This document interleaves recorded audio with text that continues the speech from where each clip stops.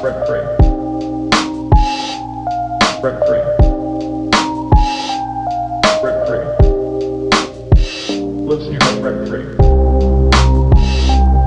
Rent free. Rent free. Rent free. Lives in your head rent free. What's up, everybody? This is your boy Tech Supreme back with another episode of Rent Free with Tech Supreme. I am your host. You know who I am. Thank you for listening to this podcast. If you like what you hear, remember to hit that like button wherever you are.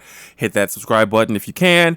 And if you feel so inclined to, spread the words to people that you also know that enjoy a podcast like I do. Without further ado, I do want to say I apologize for missing last week's episode. I just got super busy and life. And sometimes I really didn't have words to say to kind of express how I was feeling about the things that were going on in the world. And actually, I had to do a little bit of research before I could hop into the one of our topics today. I wanted to make sure that I gave it proper justice. You don't want to just talk out of the side of your neck sometimes. So, again, apologize for the delay. But you're here now, and I appreciate your presence. I like to start every episode off with a quick journey update. I am 36 or so days without alcohol or diet sodas with a clean eating lifestyle. Now, what that means is I'm actually paying attention to my macros. I'm trying to get 250 grams of protein a day so I can build muscle and not lose muscle. Trying to keep the carbs under 100 grams a day, and the fats can fall where they lay. But we're kind of eating clean with lean proteins, and vegetables and things like that. But we're trying to do it in a fun way in which food doesn't become boring, because like if I just eat chicken and rice every day, it's a shit existence. So we're trying to make it fun and exciting. It's been working. The meals have been fun and creative. The interesting part is the alcohol part for me, is because, you know, I think society normalizes alcohol to a point where it's I'm saying a lot, excuse me, but it's like it's a drug. Alcohol is 100% a drug, and cases so that it's actually a more dangerous drug to life as other drugs are. And it's normalized. It's something that's legal. People drink every single day and don't think of nothing of it, but it's really dangerous. So I think my views on alcohol has changed quite a bit now that I'm in this mode, and I don't want to push that on anyone else, right? Like I don't want to be like that guy. But like, people maybe just kind of check to see what you're doing to your body. You know, like now that I'm more cognizant of what I'm putting into my body, I'm realizing a lot of the things that were happening to me that I kind of just wrote off as this or that was actually alcohol, or, you know, even diet sodas, or just bad eating with the inflammation and the way it messes with the digestive system. All these things I just kind of lived with. And now that I'm off of, you know, the alcohol, I feel different. I feel better. You know, I don't wake up with that feeling that your body is taxed feeling. It's interesting. Not to say that I'm never going to drink again, but right now I just can't see it. In the foreseeable future, I know we're having a Halloween party. I may crack open a beer or two then, perhaps, but I'm not sure. I'm not sure. I'm not sure where I lie with it. As of right now, I have absolutely no interest in drinking. It's just not in me.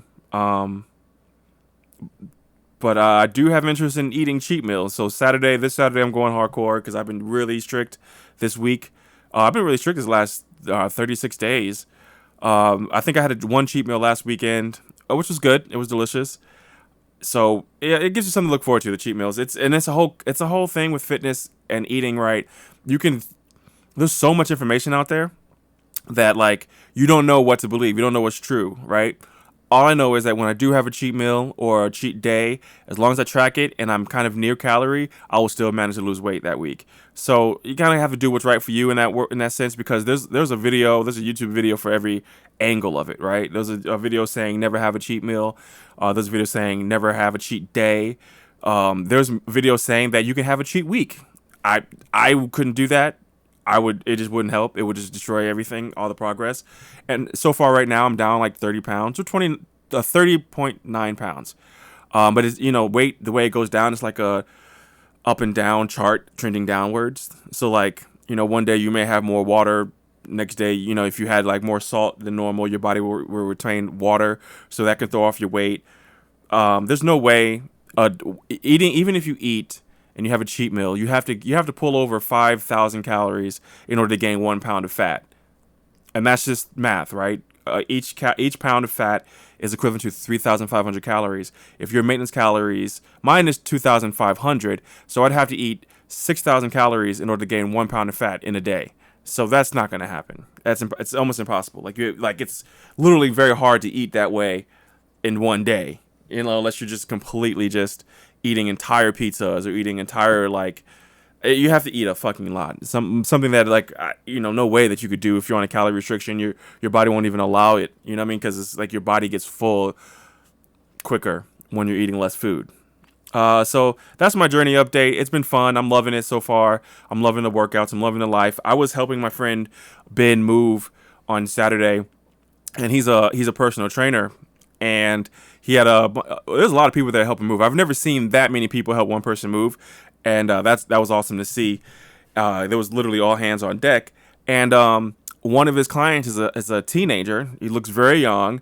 Obviously he's a very athletic kid. He walks up to me and he's like, "Hey man, so are you one of Ben's clients?" And I'm like, "No." And he's like, he was super confused. He's like, "No." I'm like, what do you work out with him? I was like, "No, we used to."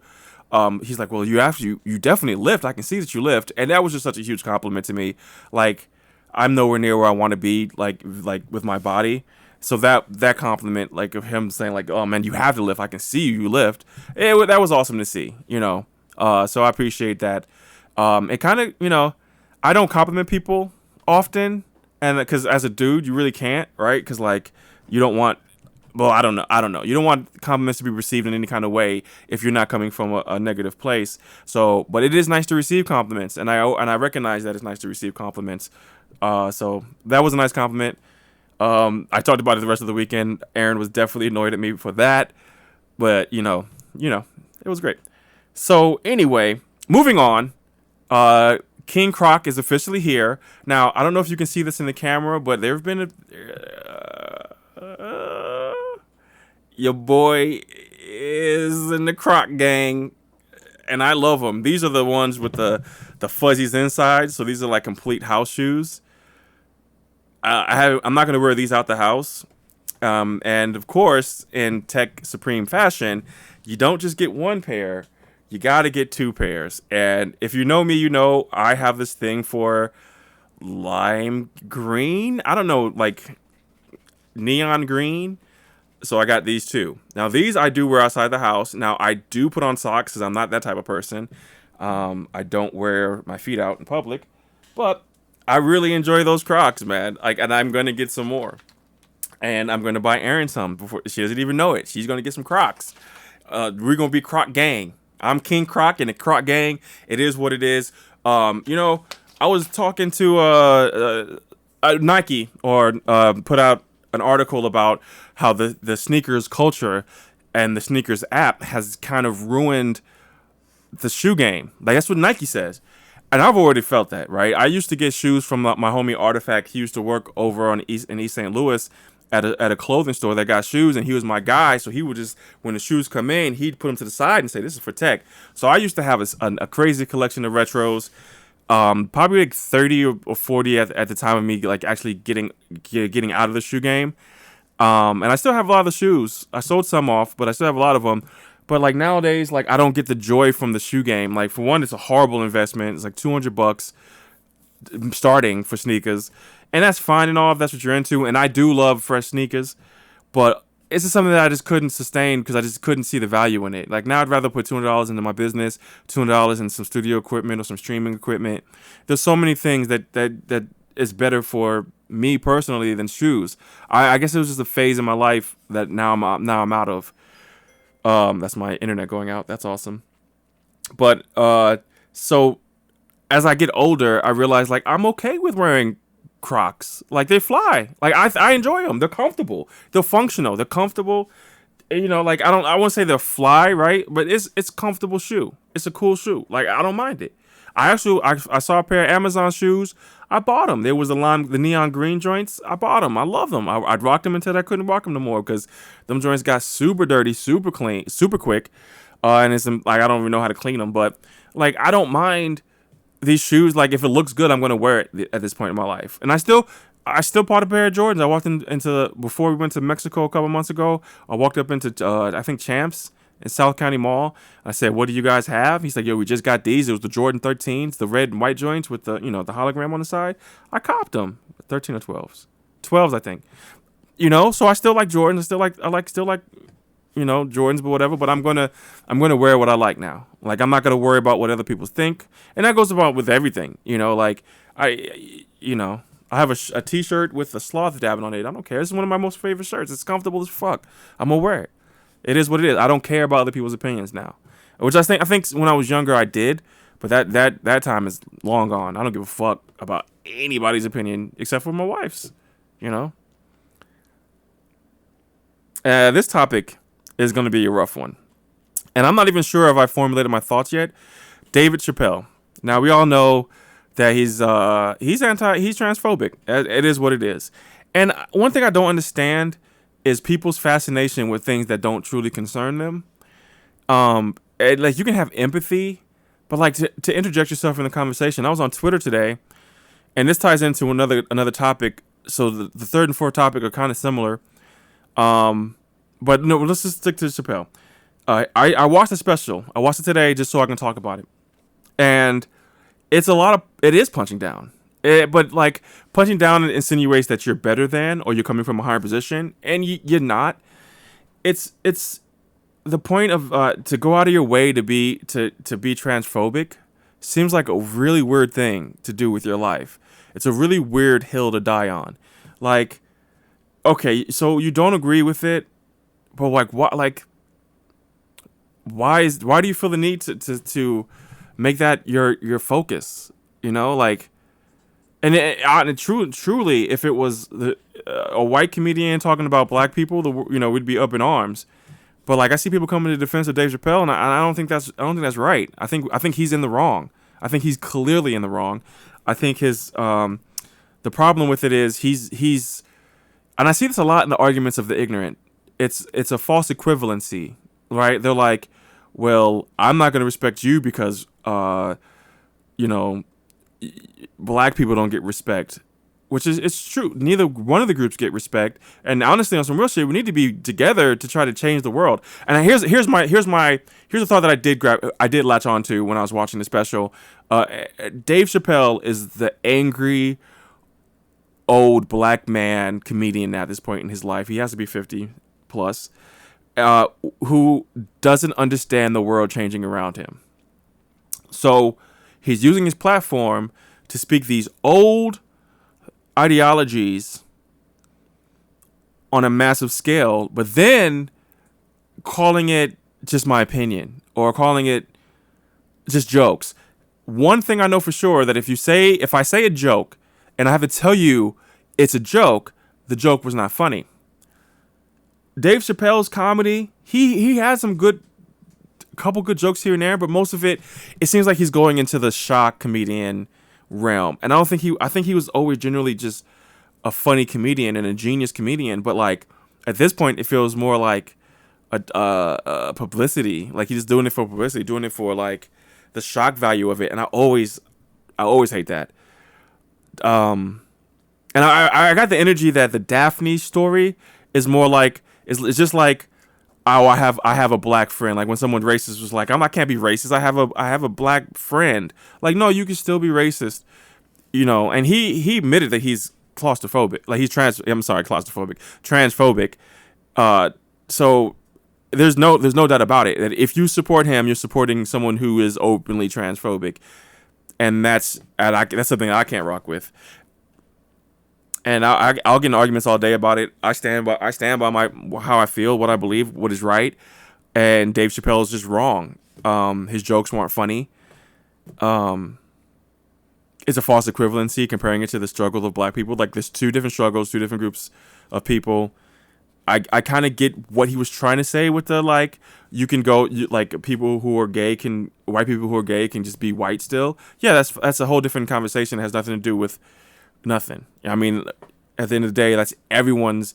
No matter what you are, if you're white, you can always default to white. That's literally everything. You can be an ally and default to white. You can be Once you're white, I mean, nothing you do about it. You know, like it's a default. And I mean, I don't know. I just got negative vibes from watching it. I didn't like it. I maybe laughed a few times on different parts, but like I always question why people go so hard against a certain topic that, like, if you're not directly affected by it, I don't know why you're being so, like, why you have to spread so much negativity on it and why you have to, like, keep it a focus. Same thing with Boosie. I think this shit is weird. Another thing that happened in comic books this week was, it's been happening for the last few weeks, but it kind of came to a forefront where DC Comics announced that Jonathan Kent, which is going to be Superman and Lois, so Clark Kent and Lois Lane's son in the comic books, is now bisexual. Now, to the average normal person, that's cool. That's what's up. But to people who are mentally unfit for today's society, it's a problem. Why it's a problem? Who knows? It's a fictional character. This alien came from a different planet, can fly around, super strength, shoot lasers in his eyes, gets a human pregnant, and the human has a son that can do the same thing, and you don't have a problem with any of that, but you have a problem with the kid's sexuality? This is about inclusion. This is about representation. Everyone is deserved to be represented. Everyone. Every group. Once you become a group, and you just want to live and survive and exist, you deserve to see yourself in that form. So why people fight that, I have no idea. So I'm going to read you this tweet by this fucking idiot. He said, let me look at this fucking. Here's the post. DC announced that the new Superman's bisexual upcoming comics. I said, imagine being pressed about this. The proper reaction is dope. Everyone deserves representation. So this guy says, make a new superhero character and make him or her gay. Why force it upon old characters? And I said, you didn't read it all. This is literally a new character, which is a new character. Don't know your definition of new, but he's out for some years now, but this is forced. Making a new hero and making a bisexual would be more ideal. Why does a character's sexuality have to be ideal for you, a heterosexual? Makes no fucking sense whatsoever. So I asked, why does it bother you? Why are you disturbed? He says, because it's forced. What? Then he says, you're changing superheroes to push agenda onto kids. We should definitely educate, but this isn't the way. I don't even know how to respond to that. But I did. I said none of this is true. There is no agenda to turn kids into anything. That's not how sexuality works. You need education on that matter. His response, huh? Question mark. Sexuality is determined by life experience, environment, and psychology. With that being said, changing a superhero to being bi is pushing an agenda. We can definitely teach children how to accept and love all, but I just think this is doing too much. First of all, could you imagine if your environment determined your sexuality? Could you imagine if that's how it worked? That's an insane thought process, and that lets me know that this person does not understand his sexuality, probably doesn't understand his own sexuality, and this is why he hates the agenda. He doesn't understand a lot, like life experience and psychology. No, not at all. Me and my brother had the exact same childhood. Minus school, going to school and having different experiences. We were raised by the same people in the same household. He's homosexual. I'm not. Nothing to do with environment. Literally nothing to do with environment. But to people who are ignorant, they don't know that. They can just walk around and get online and say the dumbest shit ever and say, it's an agenda. It's not an agenda. Nobody wants to turn your kids anything at all. This is about representation and inclusion. And we're back. All right. Sorry about that. My camera ran out of storage. So these things happen when you're responsible with your storage devices. We got it all squared away now, and we're back on point. What I was saying was about the Jonathan Kent thing. People are so weird, man. That's all I got to say about that. We're going to end it there. Moving on, Kyrie Irving in the NBA. They basically, it's been an up and down story. They started saying like, oh, he can play the away games, but he can't play in New York because New York is not fucking around. And the team decided, the actual organization decided that no, you cannot be a part-time player. Either you get vaccinated or you do not play for the Nets, which is unfortunate because Kyrie Irving is a very talented NBA player. I talked about him on a podcast, I think last episode. But he's making a choice that's going to basically affect his career right now, affect the Nets. This is a really big year for the Nets. They've rebuilt. Everyone should be healthy. They built up a super squad. And with Kyrie there, it seems like with Kyrie, it's one thing or the other, right? It's one thing or another. Just get vaccinated, bro. I mean, obviously, you can't tell someone to get vaccinated, but like now that your job depends on it, now you're just being a fool. I mean, at this point, it is what it is. Not too much more you can say about Kyrie Irving, man. Like, I want more from him. I want to be able to enjoy him this season. But if he doesn't want to, he doesn't want to. You can't force him. So it is what it is. The Nets will not win the NBA Finals this year if they don't get it together. This is a huge distraction for the team. This is a huge problem in the organization it's causing. I don't think anything, I don't know. It sets a precedence, right? Like, you can't force him. He doesn't want to play, he doesn't want to play. That's as simple as that. If he wanted to play, he'd get the vaccine. Simple as that, you know? He has his ideologies, his ideas, but keep in mind, Kyrie Irving was a flat earther, so, you know, at one point he was convinced. I just think he likes stirring the pot. I don't know what his motivations are. Maybe he just doesn't want to play basketball anymore. You know, this is it's interesting. Now number 6 is another quick one. Meeting celebrities. I ran across a TikTok of this guy talking bad about Common because he didn't get the reaction that he wanted to out of Common. And I've met Common before. Super nice guy. So in a very similar circumstance. This guy's like, we performed at a show. He was one of the headliners. We waited till everyone left, and he was like, I'm a big Common fan. So I yelled out to him, and he ignored me. And when I walked up to extend my hand, security pushed me away. Blah blah blah. That's not Common's fault. It's not responsibility to be, you know, super approachable at all times. It's actually nice if they are, but you know, if you meet a celebrity, just understand that they're just a human being like you and I. No one wants people running up to them and, you know, sticking their hand out. Like no one likes that. No one is forced to obligated to do that for you. No one is, you know, I don't know. I do know because I've met celebrities who are rude. Keisha Cole was really rude when I met her. She wasn't rude to me, but she was rude to everyone. But other celebrities were super nice that I've met. You know, it's a hit or miss, but they understand they're just humans. And I felt like the only time I've ever really geeked out is when I met Static Majors. Now, if you don't know who Static Majors is, he passed away from a doctor procedure on something that should have been typical, should have been easy, but he passed away from it. He was the writer and vocal arranger for Timbaland. So he did a lot of stuff for Leah. You know, he was singing all over Missy stuff, Timbaland stuff. He was in a group called Playa, which had a phenomenal R&B song called Cheers to You. I was just a really big fan. But my fan out was, I was sitting on a couch at a DJ conference in downtown St. Louis, and he was sitting across from me, and I think Tef was with me. And this is like the height of my fan out moment. I just said, hey, thank you for everything you've done. I appreciate you. And that's it. He was like, thank you. No problem. You know, like it was super simple. I try not to act a certain way when you meet celebrities. You know what I'm saying? Like, they're just like regular people. You know what I'm saying? They're just in a position, you know? I've met the dude who started hip hop, Cool Herc. We sat in the office, a Shrewd, and we talked about hip hop today because Mike Jones was popping at the time, and he was like, "It's crazy how Mike Jones is popping. I love his record." Like, I'm talking to a dude who is credited as the person who created hip hop, dude. Cool Herc. I'm just sitting there having a regular conversation, you know. There's been that job working in street marketing promotions. I met a lot of people in music through that, like a lot of really cool like people, like cool stories to have. One time I met Mike Jones. He was super cool. His mouth was blinding. I've met Paul Wall, super cool. Just thinking about the Texas stuff, and then a bunch of R&B singers. I met Young Jock at the height of his fame and popularity. Young Jock was different. He was literally the best PR. I don't know how like public. What do they call it? When they're trained for, I don't know. He was a 100% people person. He literally worked the entire room. And we talked about it after he was gone. Like, he went to each person and just had a regular conversation with them. It was spot on.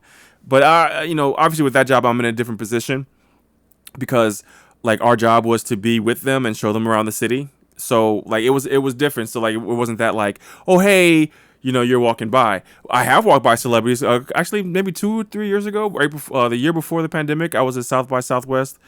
It might have been 2 years. It might be 2017, 18. Crooked Eye from LA, he was walking down the street. I said, "Yo, Crooked, what up?" And he said, "What up?" Like it's sometimes, I've been walking down the street and Wiz Khalifa walked by. You know what I'm saying? Like those things happen. You just kind of have to just kind of be cool about it. You know what I'm saying? Like don't be too excited. Don't be too geeky. Don't be like too thirsty. You know what I'm saying? Like celebrities don't owe you anything. Now, one funny story is we were at the pageant for a sound check for Summer Jam, and I was with the radio station. It's still working for Shrew, but I was with the radio station, and like there was like 5 of us there, and Nick Cannon walks by. He walked by one way, and no one really tripped. And then the second time he walked by, it was really funny. He was just looking at our group, and I looked at him. He looked at the group, and he was like, "All right, y'all, I'll see y'all later." And he was like, "Hey, all right, Nick Cannon," you know what I'm saying? But like, so some people are cool like that, some people are. It depends on what moment you catch them in.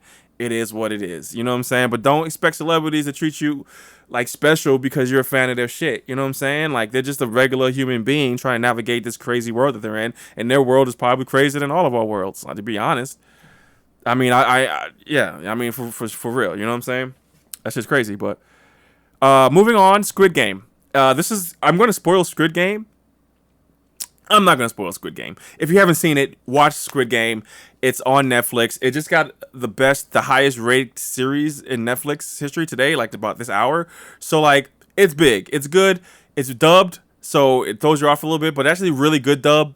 I enjoyed it. I ended up, I don't like really binging things where like you watch it all at once, but after the episode, there was an episode in which I got completely emotional. I just had to see it through. I had to see it through, my boy. It's too good. Super entertaining. Now the first episode was kind of the exposition part of it was kind of shitty, but now in retrospect I see where they were going with it and why they did it like that and what they were building up. I ended up loving it. Like Squid Game is really good, and it goes to show you that you don't need $1 billion budgets. You don't need super. I mean, I'm sure it was very practical, right? What they did, like the sets were complex. Like they built the sets, so not too much CGI there. I'm sure like a lot of the gratuitous violence is CGI, but like you don't need big Hollywood names. Just make a really good movie or a really good show with a really good story, and people will gravitate towards it. Like you don't have to get Chris Hemsworth to do this Netflix show. You know what I'm saying? Like you can get some real good shit. It's just a good story. It's a really good story. They not giving up anything. I think it's a good story for just one season. I think it can possibly go on for more seasons. It's interesting what they do with it to watch, but if you haven't seen Squid Game, get on Netflix, watch Squid Game.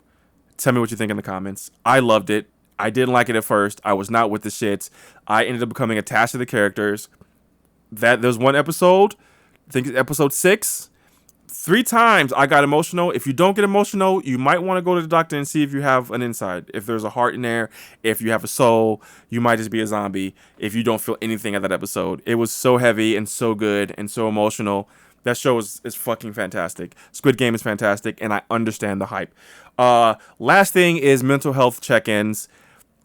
I watched the I Am Athlete podcast, and it's really inspired me to check on my friends' mental health and my own mental health and my family's mental health, and like just like ask how people are doing and like be open. I think it's more so with the males, the men in my life, because men happen to be, especially from my era, like we're a little guarded and a little like repressed almost with our emotions and the way we feel and what we're thinking, and like they don't feel like there's anyone they can talk to. And I always want to be I want to be a better friend, and I want to be the friend that people can talk to, that you can talk to, like if you have something, so you can get things off of your chest, because a lot of people don't have that. So I've been doing this thing with my friends group in our group chat, where I ask them how their mental health is, mental health check-in, and everyone says that they're good or they say they're bad. And if they're bad, I want to talk about it. Like, if you're good, tell us why you're good. And if you're bad, tell us why you're bad. And if you want solutions, we're here to help. You know what I'm saying? So I think everyone should do that. I love the fact that I'm doing it. I love the practice of it. I love when people are honest, and like I want you to feel like a safe place. I had a meeting yesterday at a local business, that's basically a safe place. And like the passion and emotion that the owner had for it was beautiful to see, because like that's what we need in this world. We need safe places. We need people to feel human and normal and safe and beautiful, because everyone's unique. Everyone's a fucking snowflake, unique, different, and it's all beautiful. You know what I'm saying? Like, that's why I have such a big problem with people who are fueled by hate and fueled by these negative thoughts about groups of people, like with even racism, homophobia, transphobic, xenophobic, all the phobics. Like, we're all unique, we're all special, we all bring something to the table that no one else can bring. The reason why Squid Game is amazing is because it's from a different culture, it's from a different part of the world, and they gave us this gift of art because they're unique and they're different and they think different than we do, and it's beautiful. And like, that's how the world is. You know what I'm saying? To me, like, that's how it should be, where we're not divisive. And we're so divisive right now. Like, the political party is geared to be divisive. Like, it's literally two parties. There's no other country that has a two-party system. It's the dumbest, most divisive shit. But the America's USA government, it's a more divide and conquer thing. That's a whole different episode. You know what I'm saying? Like, you divide and conquer. It's a whole different topic. But mental health check-ins, that's what I'm talking about. If you find your safe space. And when you feel too much of the world, too bogged down, go to their safe space. You know what I'm saying? Whether it's your family, your friends, your loved ones, go to them, express how you feel. No one should be pent up or have these crazy thoughts by themselves, because you're not alone. Nobody's alone. We're all in it together. We're all on this spinning rock, floating around this hot sun together. So, with that said, that's the episode. Thank you for listening to Rent Free with Tech Supreme. If you liked the episode, please hit the like button. If you're on Spotify or Apple, submit a review. If you're checking this on YouTube, if you just leave a comment like LOL or something, just leave something, hit that like button, show the interaction so we can get to more people. I appreciate you. I'll be back next week with episode 16. Thank you so much for listening, and have a good fucking week. Peace, y'all. Rent free. Rent free.